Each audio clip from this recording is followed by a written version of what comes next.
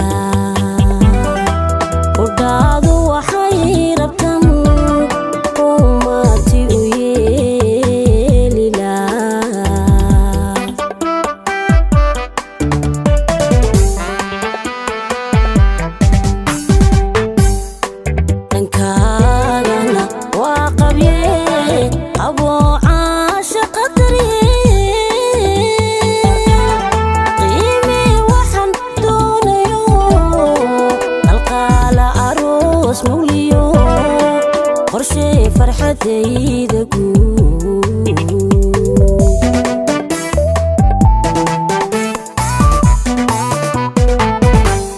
dhankagana waa qabye qabo caashaqa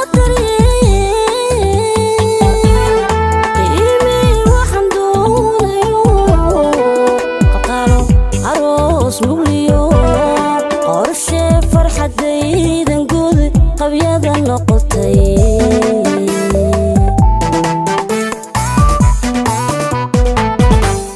warkayguna waa qise waxaan qandaarasayaa nolosha qaybaadhe inaan qoys ula noqdiyo وقلما حبيها ميان وقلما حبيها ورميان وقلما حبيها ميان وقلما حبيها ويلو وركيغونا واقسي وحان أدراسيا نرشا قيبها هاري نقضيو ميان وقلما حبيها ميان وقلما حبيها ورميان وقلما حبيها ميان وقلما حبيها